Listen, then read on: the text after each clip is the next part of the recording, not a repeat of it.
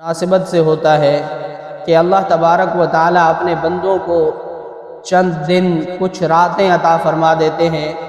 کہ جن کے اندر بندے اللہ تبارک و تعالیٰ کا قرب اور تقرب حاصل کر لیتے ہیں، جیسا کہ سال کے مختلف اوقات اور مختلف راتوں کے متعلق احادیث میں اور قرآن حکیم میں بتایا گیا کہ ان راتوں کو اگر آپ شب زندہ کریں تو پھر اللہ تبارک و تعالیٰ اپنے بندوں کے تمام گناہوں کو محو اور معاف فرما دیتے ہیں۔ جیسے ان تمام مواقع میں سب سے بڑا اور سب سے عظیم الشان اور ذی قدر جو موقع ہے وہ رمضان المبارک کا مہینہ ہے کہ اس مہینے کے اندر اللہ تبارک و تعالیٰ کی رحمت بندوں کو ڈھانپ لیتی ہے اور ان کے تمام گناہوں کو جلا کر خاکستر کر دیتی ہے، اور بندوں کو گویا ان کی تمام تر گندگیوں سے، آلائشوں سے، شیاطین کی صحبت سے دور کر کے اللہ تبارک و تعالیٰ کے نزدیک کر دیتی ہے۔ اور اسی طرح عید کی راتیں ہیں اور پھر مختلف راتیں سال میں بتلائی گئی ہیں، انہی میں سے ایک رات جس کو نصف شعبان کی یعنی 15ویں شب جو ہوتی ہے، شعبان کی 15ویں رات جس کو لیلۃ البرات کہا جاتا ہے، وہ بھی ان مبارک اور مقدس راتوں میں سے ہے کہ جن کے اندر اللہ تبارک و تعالیٰ اپنے بندوں پر رحمت عامہ نازل فرماتے ہیں۔ اب چونکہ شعبان المعظم کا مہینہ شروع ہو چکا ہے تو شعبان کا مہینہ کئی طرح کی مناسبتوں سے نہایت ہی عظیم الشان اور محتم بالشان مہینہ ہے۔ پہلی نسبت جو اس مہینے کو تاریخ اسلام کے ساتھ ہے وہ جناب رسول اللہ صلی اللہ علیہ وسلم کی دیرینہ خواہش یعنی تحویل قبلہ۔ ابتدائے اسلام کے اندر مسلمانوں کا قبلہ بیت المقدس کی جانب ہوا کرتا تھا، اور مسلمان بیت المقدس کی جانب رخ کر کے نماز پڑھتے تھے، اور اپنی نمازوں میں گویا جب اب ہم بیت اللہ یعنی مغرب کی طرف رخ رکھتے ہیں تو وہ شمال یعنی بیت المقدس کی طرف رخ ہوتا تھا اور اسی جانب نمازیں پڑھی جاتی تھی، اور یہ تقریباً 17 مہینوں تک ایسا رہا۔ ان دوران یعنی نمازیں بیت المقدس کی جانب رخ کر کے پڑھی جاتی تھی، لیکن جناب رسول اللہ صلی اللہ علیہ وسلم کے دل کے اندر یہ بات تھی، اور جناب رسول اللہ صلی اللہ علیہ وسلم بار بار اس بات کو دل میں لاتے تھے۔ یہ خواہش تھی نبی کریم صلی اللہ علیہ وسلم کی کہ ہمارا جو قبلہ ہے، ہمارا جو رخ ہے وہ بیت اللہ کی جانب ہونا چاہیے، یعنی مغرب کی جانب جہاں خانہ کعبہ ہے اس جانب ہمارا رخ ہونا چاہیے۔ اور اسی خواہش کی تکمیل کے لیے آپ صلی اللہ علیہ وسلم وحی کے انتظار میں رہتے تھے، اور اکثر اوقات آپ وحی کے انتظار میں آسمان کی جانب دیکھا کرتے تھے۔ اللہ تبارک و تعالیٰ نے 17 مہینوں کے بعد قرآن حکیم میں اپنے محبوب پیغمبر صلی اللہ علیہ وسلم سے ارشاد فرمایا کہ اے میرے محبوب پیغمبر، اے میرے پیارے، قد نرى تقلب وجهك في السماء فلنولينك قبلة ترضاها فول وجهك شطر المسجد الحرام، کہ اے میرے پیغمبر، اے میرے محبوب، اے میرے کملی والے، اے میرے پیارے، میں نے دیکھ لیا ہے، ہم نے آپ کو دیکھا ہے۔ کیا دیکھا؟ تقلب وجهك في السماء، آپ کے پیارے چہرے کو بار بار اٹھنا آسمان کی طرف۔ آپ جو یہ بار بار اس خواہش کی تکمیل کے لیے، تحویل قبلہ کی خواہش کی تکمیل کے لیے آپ جو بار بار وحی کے انتظار میں آسمان کی جانب دیکھتے ہیں، ہم نے آپ کی ان پیاری نظروں کو اٹھتے ہوئے دیکھا ہے، اور ہم آپ کی دل کی خواہش کو بھی جانتے ہیں۔ لہذا اب آپ کے لیے حکم یہ ہے کہ قد نرى تقلب وجهك في السماء فلنولينك قبلة ترضاها، اے میرے محبوب، ہم آپ کو یہ حکم دیتے ہیں کہ اب آپ اپنے چہرہ انور کا رخ اسی قبلہ کی جانب کر دیجئے، ترضاها، جو آپ کو پسندیدہ ہے۔ کیسا محبت بھرا اظہار اللہ تبارک و تعالیٰ نے اس مقام پر فرمایا اپنے محبوب صلی اللہ علیہ وسلم سے۔ 2 باتیں ارشاد فرمائی۔ پہلی بات یہ ارشاد فرمائی کہ اے محبوب، ہم نے دیکھا ہے کہ آپ بار بار اس خواہش کی تکمیل کے لیے آسمان کی جانب دیکھتے ہیں۔ آپ کے پیارے چہرے کو ہم نے، آپ کی پیاری نظروں کو ہم نے اٹھتے ہوئے آسمان کی جانب دیکھا ہے۔ آپ کی یہ دیرینہ خواہش ہے کہ ہمارا قبلہ بیت المقدس کی بجائے بیت اللہ کی جانب ہونا چاہیے، مسجد حرام کی جانب ہونا چاہیے، لہذا ہم آپ کے اس پیاری خواہش کو دیکھتے ہوئے ہم آپ کو یہ اختیار دیتے ہیں فَوَلِّ وَجْهَكَ شَطْرَ الْمَسْجِدِ الْحَرَامِ، لہذا اب آپ اس قبلے کی جانب ترضاها، جو آپ کو پسندیدہ ہے، جو آپ کو مرغوب ہے، جو آپ کو مطلوب ہے، آپ اسی جانب اپنا رخ کر لیجیے، آپ اپنا چہرہ انور پھیر لیجئے بیت اللہ کی جانب۔ اب یہ روایات کے اندر آتا ہے کہ عصر کی نماز تھی اور جناب نبی کریم صلی اللہ علیہ وسلم مدینہ منورہ سے ایک بستی کی جانب ایک مسجد ہے جس کو آج مسجد ذو قبلتین کہا جاتا ہے۔ اللہ تبارک و تعالی ہمیں اس مسجد کا دیدار کرائے۔ جو حضرات وہاں تشریف لا چکے ہیں یقیناً انہوں نے دیکھا ہوگا کہ وہاں اس مسجد کا نام ہے مسجد ذو قبلتین۔ اس مسجد میں امام الانبیاء صلی اللہ علیہ وسلم عصر کی نماز کی امامت فرما رہے تھے۔ ابھی 2 رکعتیں مکمل ہوئی تھیں کہ دوران نماز یہ تحویل قبلہ کا حکم ہوا، اور امام الانبیاء صلی اللہ علیہ وسلم کی جو شدید خواہش تھی، جو دیرینہ خواہش تھی، آپ صلی اللہ علیہ وسلم نے اس نماز کی تکمیل تک کا انتظار نہیں فرمایا، بلکہ 2 رکعت جو بیت المقدس کی جانب رخ کر کے پڑھی گئی تھی، بقیہ 2 رکعت آپ صلی اللہ علیہ وسلم نے مسجد حرام کی جانب رخ کر کے مکمل فرمائی۔ تو یہ وہ عصر کی نماز تھی کہ جس میں امام الانبیاء صلی اللہ علیہ وسلم نے 2 رکعتیں بیت المقدس کی جانب رخ کر کے ادا فرمائیں اور 2 رکعتیں مسجد حرام کی جانب رخ کر کے ادا فرمائیں۔ تو یہ 15 شعبان کا واقعہ تھا، یعنی اسی شعبان کے مہینے میں امام الانبیاء صلی اللہ علیہ وسلم کی یہ دیرینہ خواہش بھی پوری کر دی گئی کہ آپ صلی اللہ علیہ وسلم کو بیت المقدس کے بجائے بیت اللہ کو قبلہ بنانے کی اجازت دے دی۔ اب دیکھیں اس کے بعد اللہ تبارک و تعالیٰ نے اس کی حکمت پر روشنی ڈالی کہ ہم نے آپ کی خواہش کو پورا کر دیا ہے۔ آپ کی خواہش کو دیکھتے ہوئے ہم نے بیت المقدس کی بجائے آپ کا رخ بیت اللہ کی جانب کر دیا ہے، لیکن عمومی بات آپ کے ذہن میں یہ رہنی چاہیے کہ آج اگر یہ جو ہے چہرے کا رخ بیت المقدس کی جانب رکھنا یا مغرب کی جانب رکھنا، یہ کسی نیکی کا مکمل معیار نہیں ہے، یعنی یہ کسی دین کا وہ پورا ایک نچوڑ نہیں ہے کہ اسی کو سب کچھ سمجھ لیا جائے کہ بھائی بس جو ہے مغرب کی طرف رخ کر لینا یا مشرق کی طرف رخ کر لینا یہ نیکی کا معیار ہے۔ اللہ تبارک و تعالیٰ نے بعد میں پوری تفصیل کے ساتھ اس کو ذکر فرمایا کہ صرف مشرق اور مغرب کی جانب رخ کر لینا یہ نیکی کا معیار نہیں ہے، اور پورے رکوع کے اندر یہی مضمون ذکر فرمایا کہ اصل جو نیکی کا معیار ہے وہ کیا ہے کہ نماز کا ادا کرنا، نماز کا قائم کرنا، اور اس کے بعد زکوٰۃ دینا، اور اس کے بعد یتامہ اور مساکین پر خرچ کرنا، گویا حقوق اللہ اور حقوق العباد کی پوری ادائیگی کرنا، یہ ہے نیکی کا اصل معیار۔ یعنی آپ یہ مت سمجھ لیجئے گا کہ صرف قبلہ رخ ہو جانا یہ مکمل نیکی کا معیار ہے یا یہی کامیابی کا مدار ہے۔ اللہ تبارک و تعالیٰ نے اس کو رد فرمایا اور فرمایا کہ آپ کسی بھی جانب رخ کر لیں، آپ ان جوانب میں سے یعنی مغرب کی جانب، مشرق کی جانب اور شمال اور جنوب کی جانب جس جانب بھی رخ کریں گے آپ کا رخ کس کی طرف ہوگا؟ اللہ کی طرف ہوگا، کیونکہ اللہ تو ہر جگہ موجود ہے، اور اللہ کسی سمت کے اندر وہ متعین سمت کا محتاج نہیں ہے۔ آپ کسی بھی جانب رخ کرتے ہوئے سجدہ کریں گے، وہ سجدہ کس کو ہوگا؟ اللہ کو ہوگا۔ لیکن اللہ تبارک و تعالیٰ نے آپ کی خواہش کو دیکھتے ہوئے آپ کو ایک الگ سی شناخت اور مستقل قبلہ عطا فرمایا، اور وہ ہے بیت الحرام اور مسجد حرام، کہ جس کی جانب رخ کر کے آپ نمازیں پڑھیں گے۔ لیکن نیکی کا اصل معیار آپ کو معلوم ہونا چاہیے، وہ یہ ہے کہ آپ نماز کو قائم کریں، زکوٰۃ ادا کریں اور مساکین اور محتاجوں کے ساتھ اچھا سلوک کرتے رہیں۔ تو دیکھیں اللہ تبارک و تعالیٰ نے نیکی کے معیار میں ان چیزوں کو ذکر فرمایا کہ آپ کے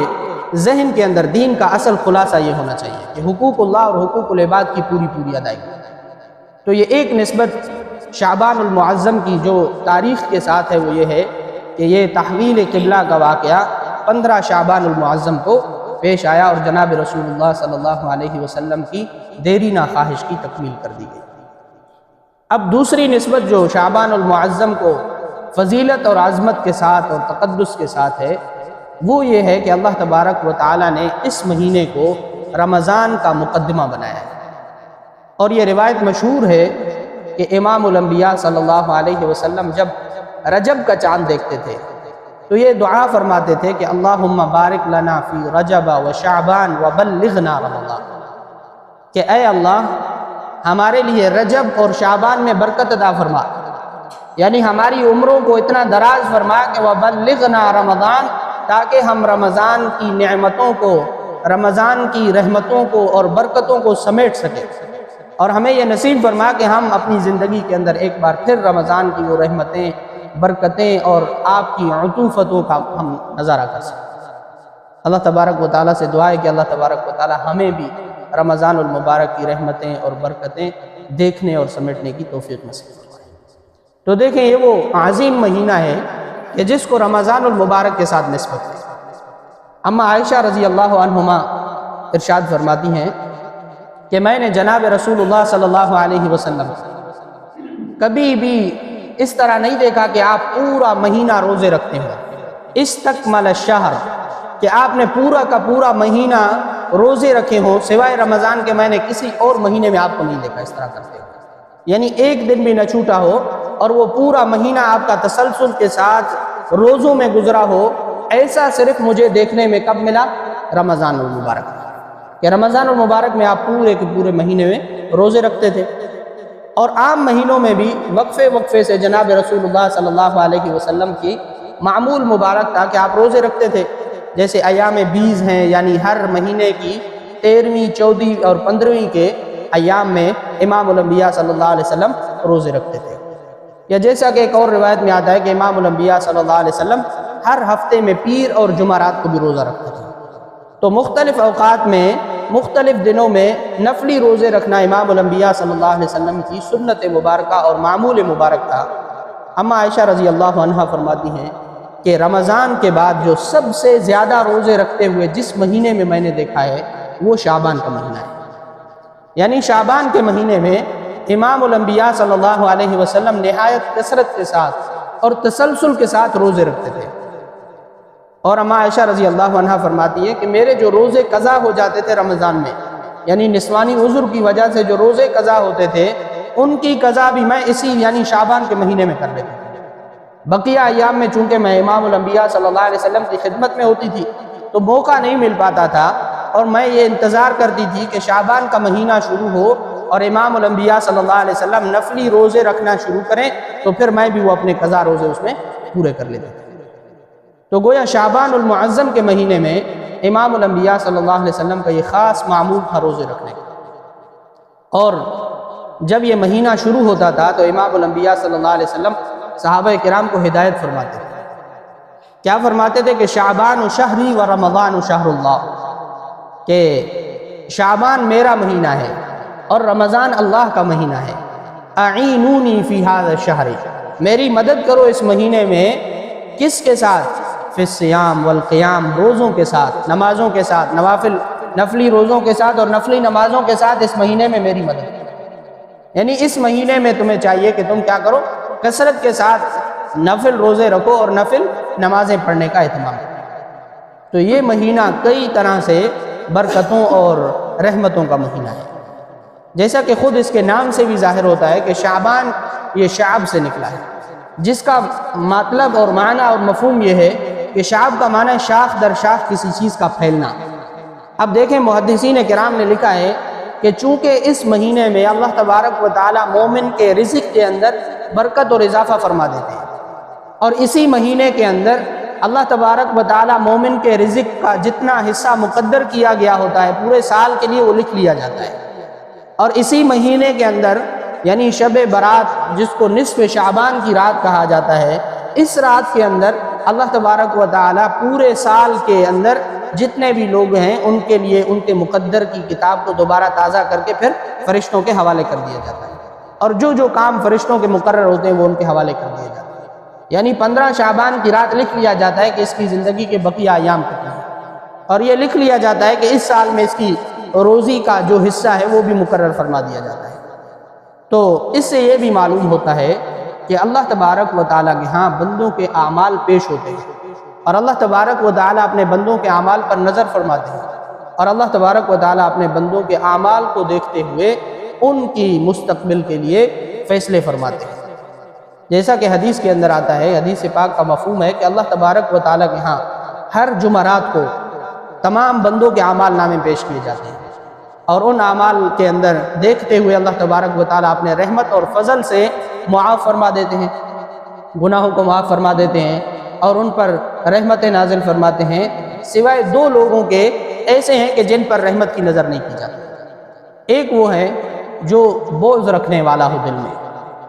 دل جس کا کینے سے بھرا ہوا ہو، جس کا دل کینے کی آلائش اور گندگی کے اندر ہو، اس بیمار دل پر اللہ تبارک و تعالیٰ اپنی رحمت متوجہ نہیں فرماتے۔ اور دوسرا وہ شخص کہ جس کا کسی مسلمان کے ساتھ حقوق کا معاملہ متعلق اور معلق ہو، اللہ تبارک و تعالیٰ فرماتے ہیں جب تک یہ دوسرے بندے کے ساتھ اپنا معاملہ کلیئر نہیں کر دیتا تب تک اس کے معاملے کو وہیں پر معلق رہنے دیجیے۔ تو گویا یہی بات پھر حدیث شعبان کے متعلق بھی فرمائی گئی کہ اللہ تبارک و تعالیٰ نصف شعبان کی جو رات ہے، اس میں ایک قبیلہ ہے، اس قبیلے کی بکریاں مشہور تھیں کہ بہت زیادہ کثرت کے ساتھ ان کے پاس بکریاں پائی جاتی تھیں، اور پورے عرب میں وہ سب سے زیادہ یعنی مویشی کے اعتبار سے بکریاں پالنے والا اور بکریاں چرانے والا قبیلہ شمار ہوتا تھا۔ اس قبیلے کا نام لے کر امام الانبیاء صلی اللہ علیہ وسلم نے فرمایا کہ اللہ تبارک و تعالی نصف شعبان کی اس رات کو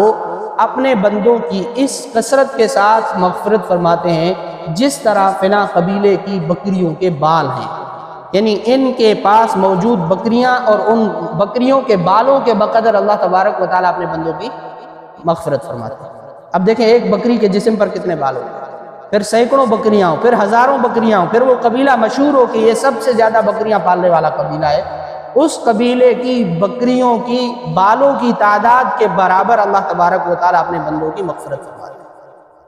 اور امام الانبیاء صلی اللہ علیہ وسلم نے فرمایا کہ اسی رات اللہ تبارک و تعالیٰ اپنے بندوں کے عمر میں اضافے فرماتے ہیں، اور اسی رات کے اندر اللہ تبارک و تعالیٰ مومن کے رزق کا اضافہ فرما دیتے ہیں، اور اس رات کی مغرب سے لے کر صبح تک اللہ تبارک و تعالیٰ انوارات کی بارش فرماتے ہیں، اور جو بندہ اس رات کو عبادت کے ساتھ زندہ کرتا ہے اور جو بھی دعا مانگتا ہے اللہ تبارک و تعالیٰ اس کی دعا کو قبول فرما دیتے ہیں۔ دیکھیں ایک رات یعنی اسی نصف شعبان کی ایک رات کو امام الانبیاء صلی اللہ علیہ وسلم اماں عائشہ صدیقہ رضی اللہ عنہما کی گھر میں تھے، اور جب رات کا کچھ حصہ گزرا تو امام الانبیاء صلی اللہ علیہ وسلم چپکے سے گھر سے باہر تشریف لے گئے، اور اماں عائشہ رضی اللہ عنہا کی جب آنکھ کھلی تو امام الانبیاء صلی اللہ علیہ وسلم کو موجود نہ پایا۔ وہاں تھوڑی دیر رک کر انتظار کیا، جب تھوڑی دیر کے بعد امام الانبیاء صلی اللہ علیہ وسلم تشریف نہ لائے تو اماں عائشہ رضی اللہ عنہا گھر سے نکلی اور جناب رسول اللہ صلی اللہ علیہ وسلم کو تلاش کرنے کی نیت سے خدشات اپنے دلوں میں لیے ہوئے چل رہی تھی کہ دیکھا امام الانبیاء صلی اللہ علیہ وسلم جنت البقیع کا جو قبرستان ہے وہاں سے تشریف لا رہے ہیں۔ اماں عائشہ رضی اللہ عنہا کو دیکھتے ہی امام الانبیاء صلی اللہ علیہ وسلم مسکرائے اور فرمایا کہ عائشہ تم کیا سوچ رہی تھی کہ اللہ کے رسول صلی اللہ علیہ وسلم تمہارے حق کے معاملے میں تم پر ظلم کرنے والے ہیں؟ تو اماں عائشہ رضی اللہ عنہا نے فرمایا یا رسول اللہ صلی اللہ علیہ وسلم میرے دل میں یہ سوچ آئی کہ شاید آپ اپنی ازواج میں سے کسی اور کے ہاں تشریف لے گئے۔ تو امام الانبیاء صلی اللہ علیہ وسلم نے فرمایا کہ آج جو ہے نصف شعبان کی رات ہے، اور اس رات اللہ تبارک و تعالیٰ اپنے بندوں کی مغفرت فرماتے ہیں اور اپنے بندوں کے لیے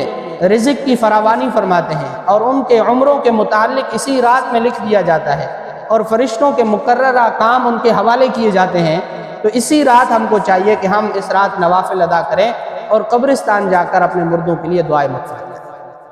تو گویا اس ایک رات میں امام الانبیاء صلی اللہ علیہ وسلم کا قبرستان میں جانا بھی ثابت ہوا کہ شعبان کی نصف رات کو امام الانبیاء صلی اللہ علیہ وسلم تشریف لے گئے اور وہاں پر موجود قبرستان کے اندر مردوں کے لیے دعائیں مغفرت فرمائی۔ تو یہ جو رات ہے اللہ تبارک و تعالیٰ نے قرآن حکیم میں ایک سورت کے اندر فرمایا کہ حامیم والکتاب المبین انا انزلناہ فی لیلۃ مبارکۃ انا کنا منذرین فیہا یفرق کل امر حکیم امرا من عندنا انا کنا مرسلین، کہ اللہ تبارک و تعالیٰ فرما رہے ہیں کہ ہم نے یہ جو قرآن حکیم ہے، کتاب مبین ہے، ہم نے اس کو ایک رات کے اندر نازل فرمایا، اور ایک ایسی رات کے اندر فی لیلۃ مبارکہ، ایک ایسی رات کہ جس کے اندر فیہا یفرق کل امر حکیم، جس میں ہم تمام حکمت کے معاملوں کو، تمام امور کو ہم طے کر دیتے ہیں۔ امرا من عندنا، حکم کس کی جانب سے ہوتا ہے؟ اللہ کی جانب سے ہوتا ہے۔ انا کنا مرسلین، فرشتوں کو اس کام کے لیے مقرر کر دیا جاتا ہے۔ تو مفسرین کرام کا خیال یہ ہے کہ ایک قول کے مطابق اس سے مراد لیلۃ القدر یعنی شب قدر جس کو کہا جاتا ہے، جو رمضان المبارک کی راتوں کے اندر پائی جاتی ہے۔ ایک طبقے کے مفسرین کا خیال یہ ہے کہ اس رات کے متعلق کہا گیا، لیکن ایک بڑے طبقے کے مفسرین کا خیال یہ ہے کہ یہاں پر جس بات کا ذکر کیا گیا ہے کہ فیہا یفرق کل امر حکیم، کہ اس رات کے اندر تمام حکمت کے امور کا فیصلہ کر دیا جاتا ہے، بندے کی تقدیروں کا فیصلہ کر دیا جاتا ہے، بندے کے رزق کے متعلق فیصلہ کر دیا جاتا ہے، تو ان کا خیال یہ ہے کہ یہ آیات مبارکہ نصف شعبان کی شب یعنی لیلۃ البرات جس کو کہا جاتا ہے، اس رات کے متعلق نازل ہوئی ہے۔ تو بہرحال جہاں سے بھی ہم اس بات کو لیں تو شعبان المعظم کا مہینہ کئی طرح سے فضیلتوں اور عظمتوں اور برکتوں کا مہینہ ہے، اور اس میں جو موجود رات یعنی لیلۃ البرات، اب لیلۃ البرات یہ اپنے نام سے ظاہر ہے کہ برات کہتے ہیں کسی چیز سے بری کر دینا، کسی کو آزادی دے دینا۔ اب چونکہ اس رات کے اندر اللہ تبارک و تعالیٰ اپنے بندوں پر خاص مغفرت اور رحمت عامہ فرماتے ہیں، تو اس نسبت سے اس کو لیلۃ البرات کہا جاتا ہے۔ اب دیکھیں اس حدیث کے اندر جس میں اس مغفرت عامہ کا ذکر کیا گیا ہے، رحمت عامہ کا ذکر کیا گیا ہے، اس میں بھی دو بندوں کے متعلق اللہ تبارک و تعالیٰ کی صرف نظر کے متعلق ارشاد فرمایا گیا کہ جہاں پر اللہ تبارک و تعالیٰ تمام بندوں کی مغفرت فرما دیتے ہیں، وہاں پر دو لوگ ایسے ہیں کہ جو اس رات بھی، مغفرت عامہ کی رات بھی، بخشش سے محروم رہتے ہیں۔ وہ دو لوگ اور وہ دو بدنصیب کون ہیں؟ ایک کینہ پرور شخص ہے کہ جس کے دل کے اندر کسی مسلمان کے متعلق بے جا کینہ اور بوجھ بھرا ہوا ہو، اللہ تبارک و تعالیٰ اس مغفرت عامہ کی رات میں بھی اس کی مغفرت نہیں فرماتا۔ اور دوسرا وہ شخص ہے جو کسی سے حسد کرنے والا ہو، بے جا حسد کرنے والا۔ اب دیکھیں یہ دو ایسی خصلتیں ہیں کہ جو دیکھنے کے اندر نہایت ہلکی معلوم ہوتی ہیں۔ ہم اپنے گریبانوں کے اندر جھانکیں اور ہم اس کا جائزہ لیں کہ یہ جو دو عادتیں ہیں یہ آج کے دور میں اس قدر عام ہو چکی ہیں، ہمارے معاشرت کے اندر اس قدر پھیل چکی ہیں کہ ہم ان کو گناہ سمجھتے ہی نہیں ہیں۔ ہم سمجھتے ہیں کہ یہ تو عام ایک رویہ ہے جو ہم تمام انسانوں کے اندر پایا جاتا ہے۔ آپ اس رویے کو اس طرح دیکھیں، تعبیر کریں اس رویے کو کہ یہ رویہ کس طرح جنم لیتا ہے۔ یہ رویہ اس طرح جنم لیتا ہے کہ ہم چاہتے یہ ہیں، ہم کوشش یہ کرتے ہیں کہ ہم سے ہر شخص خوش رہے، ہم سے ہر شخص ظاہری طور پر خوش رہے اور ہمارا معاملہ اس کے ساتھ ٹھیک ہو۔ اور یہ رویہ جب ترقی پذیر ہوتا ہے تو پھر ہم جب بھی کوئی ایسی بات آتی ہے، کوئی ایسا معاملہ ہوتا ہے کہ جس میں دیکھتے ہیں کہ سامنے والے کے ساتھ ہمارے معاملات بگڑتے ہوئے نظر آتے ہیں، تو ہم ظاہری طور پر کوئی ایسی بچ بچاؤ والی بات کرتے ہوئے دل میں اس آنے والی بات کو چھپا لیتے ہیں۔ وہ دل میں چھپی ہوئی کھسک اور چھپی ہوئی نفرت وہ بنتی بنتی بوجھ اور کینہ کی حالت اختیار کر لیتی ہے، اور یہ حالت نہایت خطرناک ہے۔ اور اللہ تبارک و تعالیٰ کی ہاں یہ حالت سب سے زیادہ ناپسندیدہ ہے کہ کسی مسلمان کے بارے میں، کسی مسلمان کے متعلق ہمارے دل کے اندر کینہ اور بوجھ اور نفرت پائی جائے۔ دیکھیں کہ رحمت عامہ کی راتوں کے اندر بھی اس شخص کو محروم قرار دیا جا رہا ہے کہ جس کے دل میں کسی مسلمان کے خلاف نفرت اور بوجھ ہو۔ اب دیکھیں یہ ایک رویہ ہے، معاشرتی رویہ ہے، اس کا تعلق ہماری آخرت کے ساتھ ہے۔ دیکھیں کہ ہماری مغفرت کو روکا جا رہا ہے، کس وجہ سے؟ اس عام بوجھ اور کینے کی وجہ سے جس کو ہم گناہ ہی نہیں سمجھ رہے۔ اب اس کا تدارک کیا ہے؟ اس کا حل کیا ہے؟ اس کو ختم کرنے کا سیدھا عمل کیا ہے کہ اگر ہم آپس میں رہتے ہیں، ہماری ایک معاشرتی زندگی ہوتی ہے، اس معاشرتی زندگی میں اگر ہمارے معاملات بگڑتے ہوئے نظر آتے ہیں تو پھر ہم ظاہری طور پر جو بھی بات ہو وہاں پر اس کو اچھے طریقے کے ساتھ سلیقے کے ساتھ اظہار اس کا کر دینا چاہیے،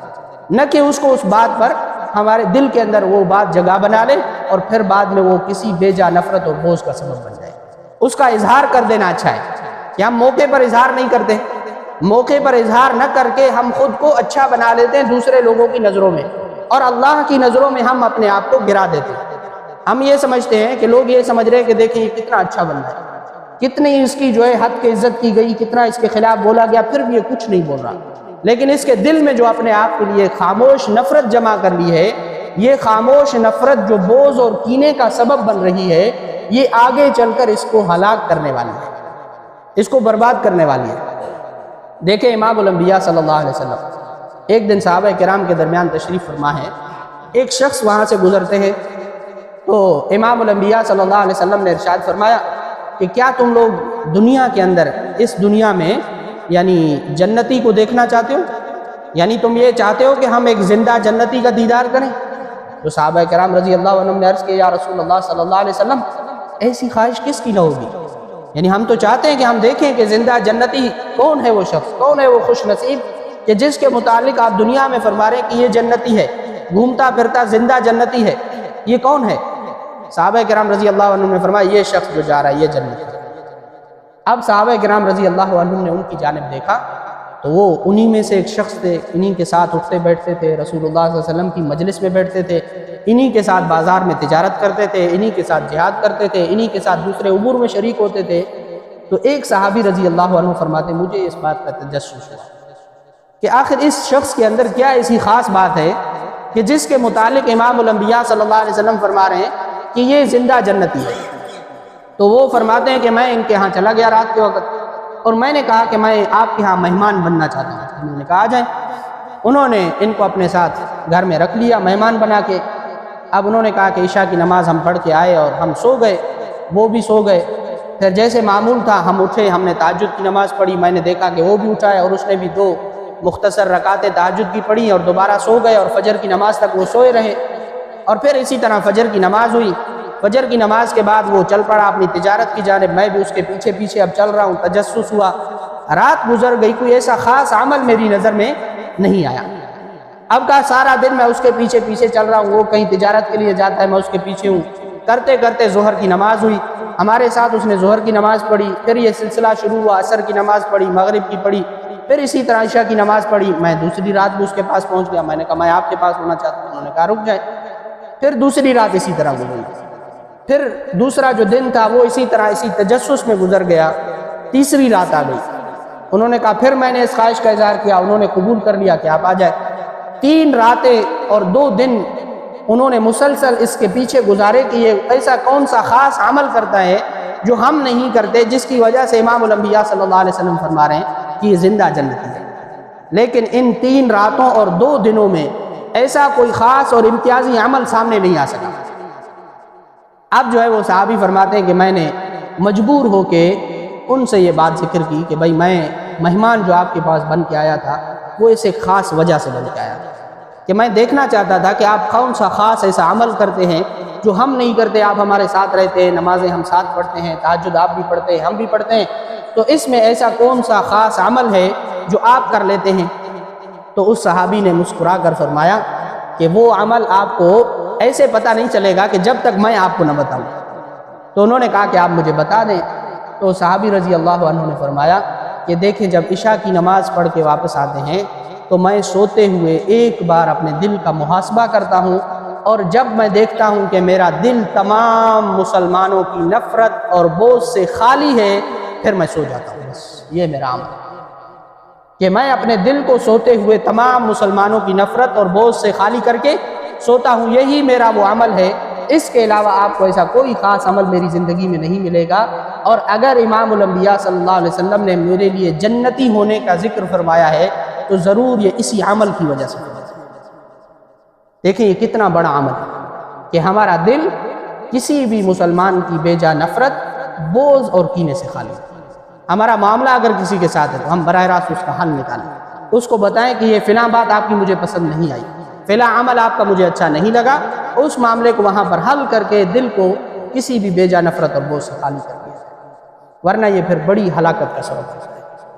اور دوسری بات جو ذکر فرمائی گئی کہ دوسرا جو شخص ہے وہ کون ہے؟ وہ ہے حسد کرنے والا۔ اب مختصر اس بات کو کر کے ہم سمیٹ لیتے ہیں کہ حسد کرنے والا شخص کون ہے۔ دیکھیں حدیث کے اندر امام الانبیاء صلی اللہ علیہ وسلم نے ارشاد فرمایا ان الحسد یأکل الحسنات کما تأکل النار الحطب، کہ حسد جو ہے یہ نیکیوں کو اس طرح ہڑپ کر لیتا ہے، اس طرح کھا لیتا ہے کہ جس طرح آگ لکڑیوں کو جلا لیتی ہے۔ اب دیکھیں آگ جل رہی ہو اور آپ خشک لکڑیاں اس آگ میں ڈالتے جائیں تو وہ آگ کس طرح بڑے جوش کے ساتھ، بڑے شعلوں کے ساتھ وہ ان خشک لکڑیوں کو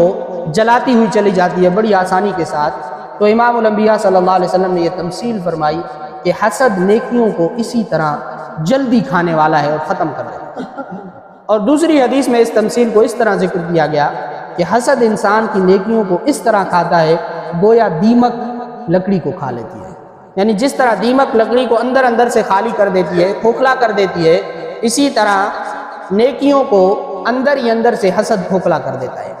اب حسد بھی ایک رویہ ہے، جس طرح بغض اور کینہ ایک رویہ ہے، اسی طرح حسد بھی ایک رویہ ہے۔ حسد کس کو کہتے ہیں کہ کسی کے پاس کوئی چیز دیکھ لی، کسی کے پاس علم دیکھا، کسی کے پاس کوئی دنیاوی چیز دیکھ لی، گھر دیکھ لیا، مکان دیکھ لیا، گاڑی دیکھ لی، کوئی بھی اچھی چیز دیکھ لی، اس کے متعلق ہمارے دل کے اندر یہ بات آ گئی کہ یہ چیز اس کے پاس کیوں ہے، یہ چیز اس کے پاس نہیں ہونی چاہیے، اس کو کہتے ہیں حسد۔ یعنی